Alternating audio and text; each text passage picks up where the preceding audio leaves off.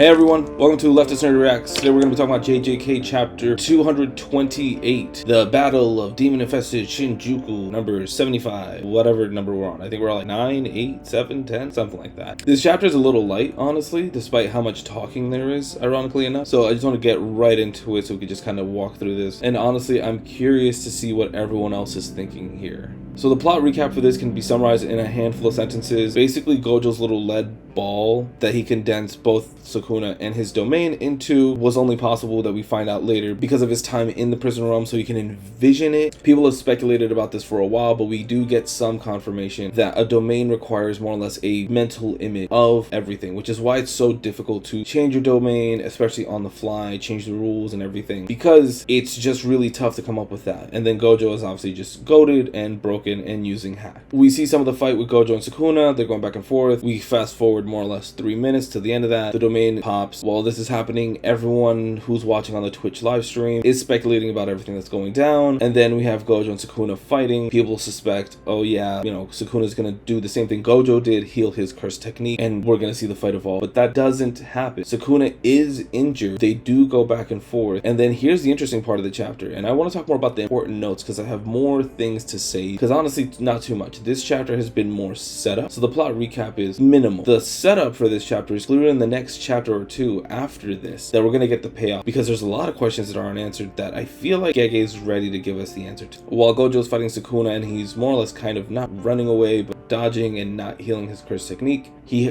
wonders to himself, Sukuna has other abilities. He has 10 shadows, which are a very strong just technique. He has Mahoraga. He has at least other things. We then end the chapter with, as Gojo's thinking about this, what everyone's been talking about, a panel that flashes Mahoraga's circle, the wheel with the balls, and then we see Gojo have a nosebleed.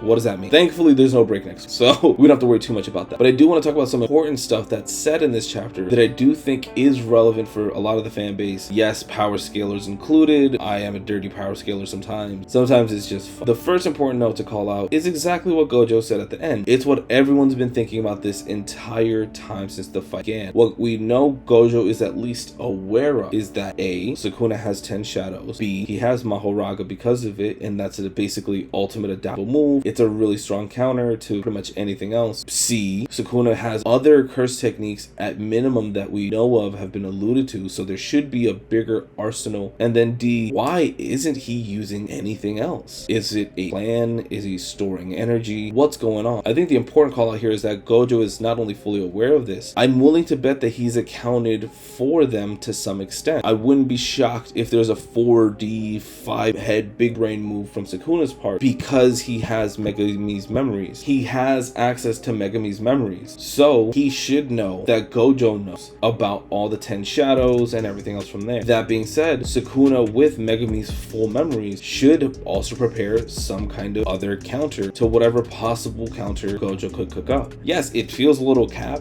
but at the same time not, because Sukuna is clearly a talented enough sorcerer that they could likely also come up with a plan against Mahoraga. So whatever they come up with, they're reasonably justified in assuming Gojo will think the same, and then they would also know what the weak points of that counter are to then force those weak points to be exposed or taken advantage. If you know your opponent is counting on you having a blind spot on your right side, you know they're going to counter or try to set you up to swing to expose the right so that they can go for it. If you know that, you can set up the exposed right and use it to kick or do a counter or have them just be fainted out. So there should be some back and forth play here. This battle has been very technical, it's been very tactical, it's been amazing so far, so there should be that element, and I'm curious when it's going to present itself, probably in the next chapter. The second important call out here, if this wasn't the last arc, I would 100% bet everything I have that Haraki and Higuruma, the Hakari and Higuruma are literally, and I keep saying Higuruma's name's wrong, Harumi, apologies. I would be willing to bet that this is the hint, at least what Kusakabe says, and their reaction would be the hint of them having some crazy upgrades upgrade the next. Unfortunately, this is the end. So that's not gonna happen, and I kind of resent Gege for that because it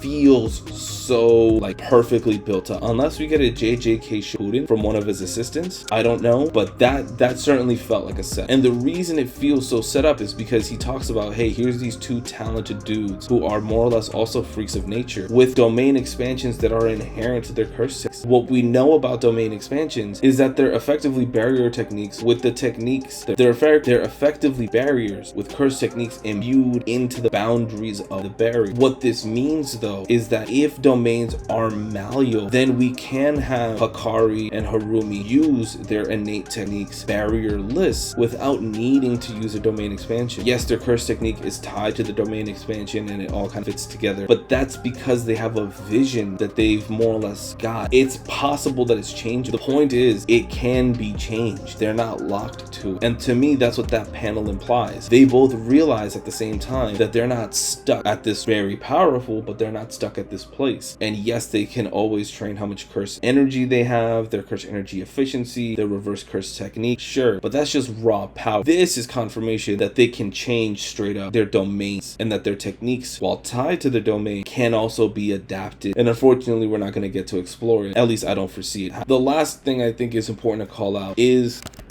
what Shoko said about, hey, Sukuna should be adapting to this, should know. We have all this evidence that Sukuna has adapted before really quickly, and Candace should adapt to this scenario and just take Gojo's techniques that he just saw. The reason I think that this was a call out that's worth mentioning is because we see Kusakabe and Yuta and all of them talk about, hey, they've been doing the impossible non-stop. They are busted by the rules of their hard magic system. They are freak anomalies. And really, that is mostly true. There's an extension of possibility. And what I mean by that is, they haven't done anything that no one else can't do. You theoretically could do the same thing Gojo and Sukuna are if you had an absurd amount of curse energy efficiency, or trained absurdly hard for a very long time. And like I'm willing to bet, Sukuna did some very fucked up things to get more curse energy or figured it out. They are still playing by the rules, yes, for the most part, that a lot of people can't play by, but it's not because it's out of the game. It's just because they've maxed level cap. They aren't playing World of Warcraft and then doing Minecraft stuff. They're playing World of Warcraft and then they're just one man, like raid boss. You could certainly argue that like in a min-max like ultimate build is kind of busted, yes, but it's still in the bounds of the game. It still works in that way. So it's funny because to me, what Shoko was basically calling out here is those who survive are those who adapt. Mahoraga's a good example of this theme. Gojo's clearly a good example of this theme, both learning something as soon as he sees it, understanding and breaking it down, and then obviously also Sukuna. Kenjaku is as well. Basically all high-level sorcerers we've seen need to adapt, and their adaptation is adamant to their survival, which is why you have characters who are very rigid who do die or who are commented on as being weak. This evolution, the adaptability, thinking on your feet, adjusting, learning, applying that knowledge is crucial here. And I can't help but find it funny that this is coming towards the end. This is basically in the last arc, but this theme has been present throughout. It's just been more or less hidden. We've seen this in an example with Maki adapting, absorbing Mei. We see this with Yuji pushing past his comfort zone, past his boundaries. We see a lot of people get stronger once they're willing to think out of the box, adapt, learn, apply. It's been a short-ish chapter. Not really. It's the page count is fine. The art's fine. There's been a lot of stuff that's good. It just obviously feels like a setup. There's a lot of theories about what Mahoraga's place is going to be. One last thing I do want to call out.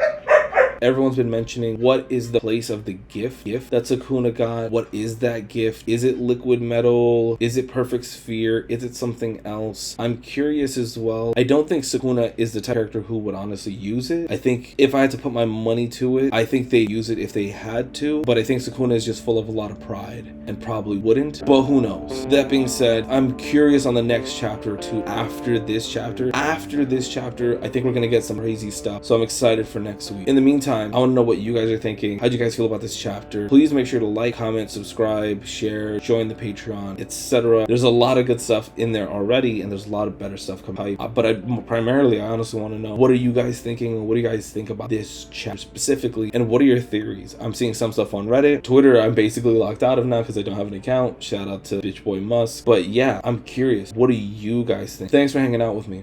I hope we see each other soon.